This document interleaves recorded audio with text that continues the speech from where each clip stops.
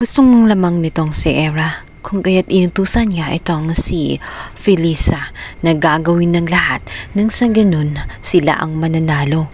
Kailangan nilang tanggalin ang anumang bagay o katibayan.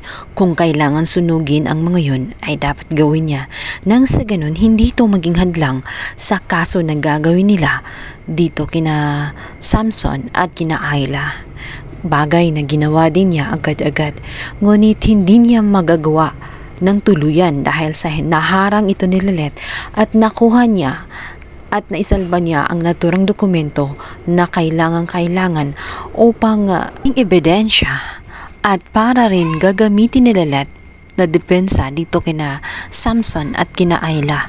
Sinabihan din niya diretsahan itong si Felisa na hindi niya dapat itago ang katotohanan dahil malalaman kung talagang nagsasabi siya ng katotohanan, wala siyang dapat ikatakot. Ilantad niya ang totoo na talagang kinuha nila si Ayla para maging first siya sa lahat. Tala, nagbunga na nga ang matagal ng pinapangarap nitong si Felisa at nitong si Samson, kung saan isang baby na siyang magbubuo ng pinapangarap nila na pamilya. Ngunit paano na mangyayari ito gayong kakasuhan na nga siya ng concubinage?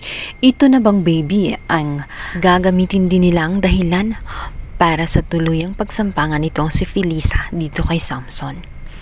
Samantala, ngayong hawak na nga ni Lilet ang naturang papel o dokumento kung saan nagpapatunay na ginamit nila si Ayla para gawing baby maker. Madali na lamang nila maipaliwanag ang mga nangyayari. Hindi nila basta magagamit ang dahilan na nabuntis itong si Ayla dahil sa pangangaliwa ng kanyang asawa. Kasama iyon sa kanilang napagkasunduan at ang kasunduan din ay kasama na si Felisa ang magiging ina sa oras nga na mailuwal na nga ni Ayla ang naturang baby. Yun lang, kung sa oras na mailuwal nga nitong si Ayla ang kanyang anak ay hindi kaya magbabago or madadala siya ng kanyang emosyon at pipiliin na manatili na lang sa kanya ang kanyang anak, lalo't sa nakikita niya ang kasamaan nga nitong si Felisa